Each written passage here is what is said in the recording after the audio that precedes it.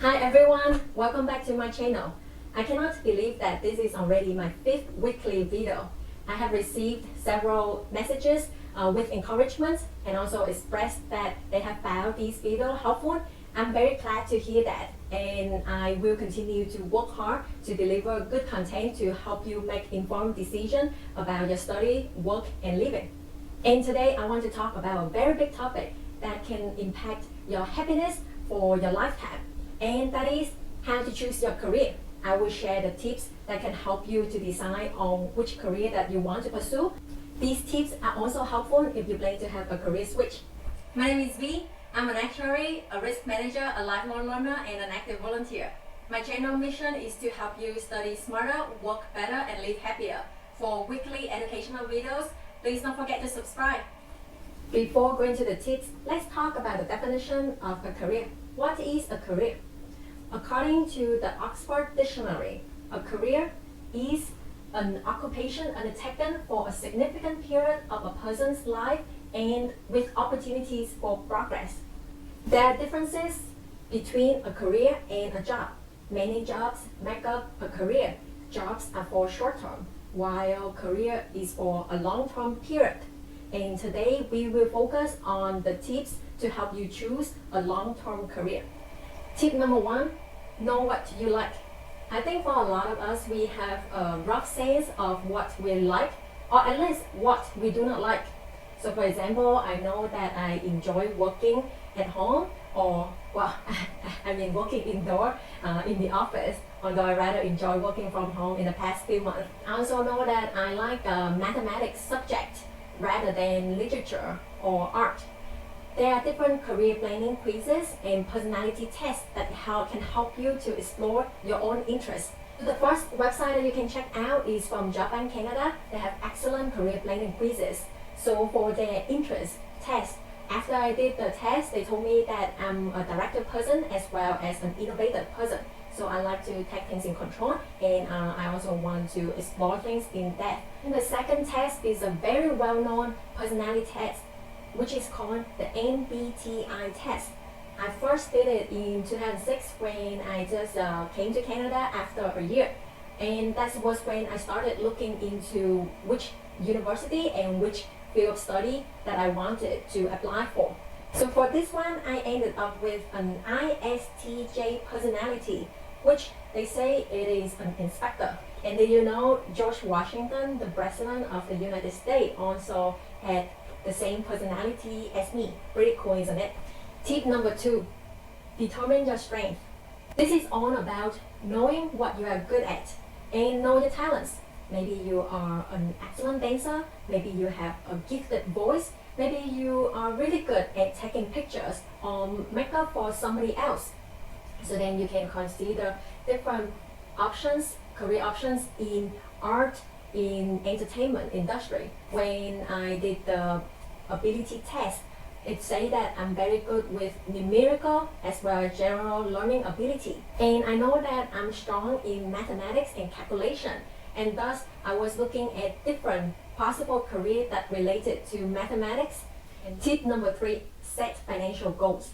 You know what you are good at and also what you like to do. Now it is important that you want to check out whether the career that you consider would help you achieve certain standard of living that you would like. So for example, if you want to have a luxury home and maybe owning a private jet, different vacation homes in different countries, then perhaps having a career as a clerical clerk would not help you achieve that goal. So when looking at the statistic related to the earning potential for each career, I would also consider both the short-term as well as the long-term potential income. So for example, you can look at the median salary first. So as an actuary, the median salary according to the US website will be around 100,000. And for an executive assistant, it will be 60,000.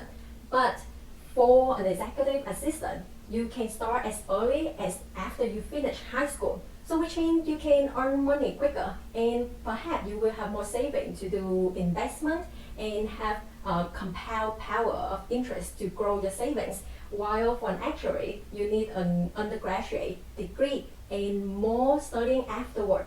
So it's really depend on how much you want to make in order to achieve your financial goal in what period of time. Tip number 4, explore market opportunities. You want to check out the stats related to the different career options. Is the career in demand? In the future, would it increase or decline? According to the Money website in the US, the number of potential jobs for an actuary is about 5,000. For an accountant, that is 90,000, so 18 times more than for an actuarial career. So this means that there is higher demand for an accountant compared to an actuary. But it doesn't mean that it is less competitive to be an accountant rather than being an actuary. It's also about supply and demand for each career.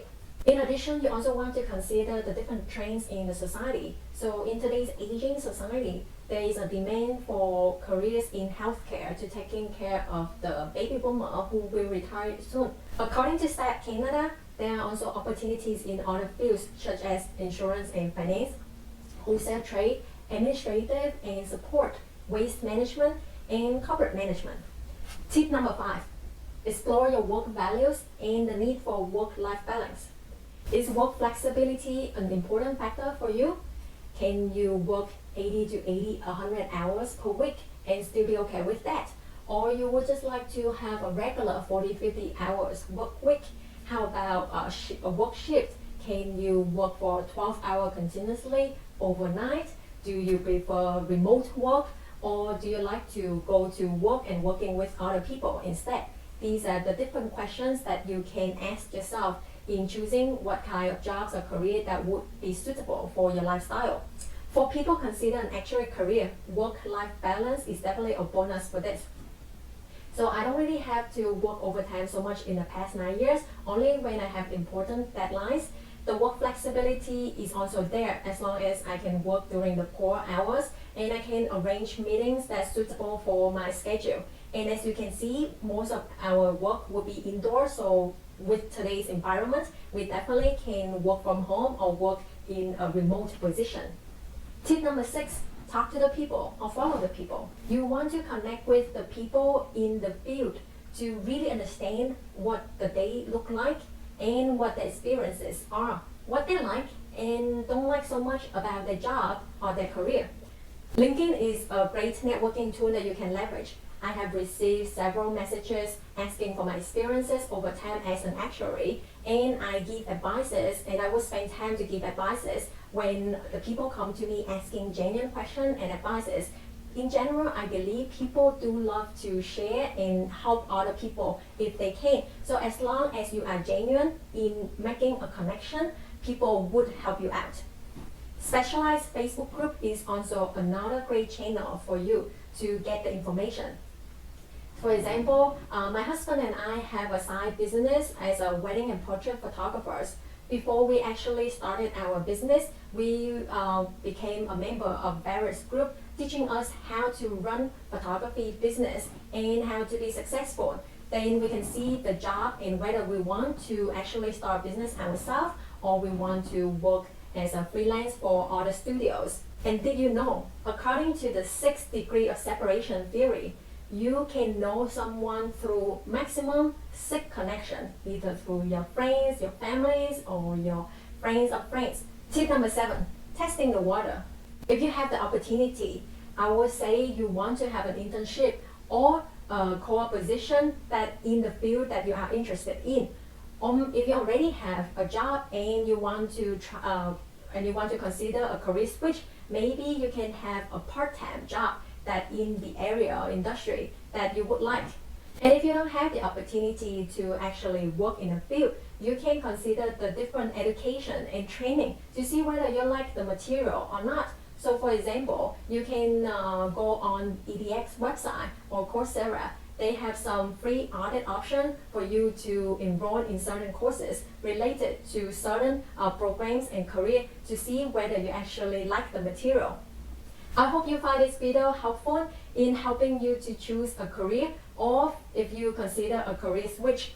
At the end of the day, I believe it's all about knowing yourself, knowing what you like, what you're good at, and also doing sufficient research so that you can make an informed decision. And I believe it is never too late to choose a career that is right for you. Statistics has suggested that people change career more and more frequently.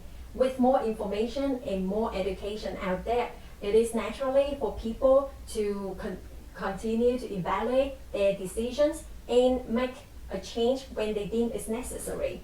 So I wish you best of luck in choosing the right career path for yourself. If you have any tips or comments, please feel free to share. And I will see you in next week video. Bye!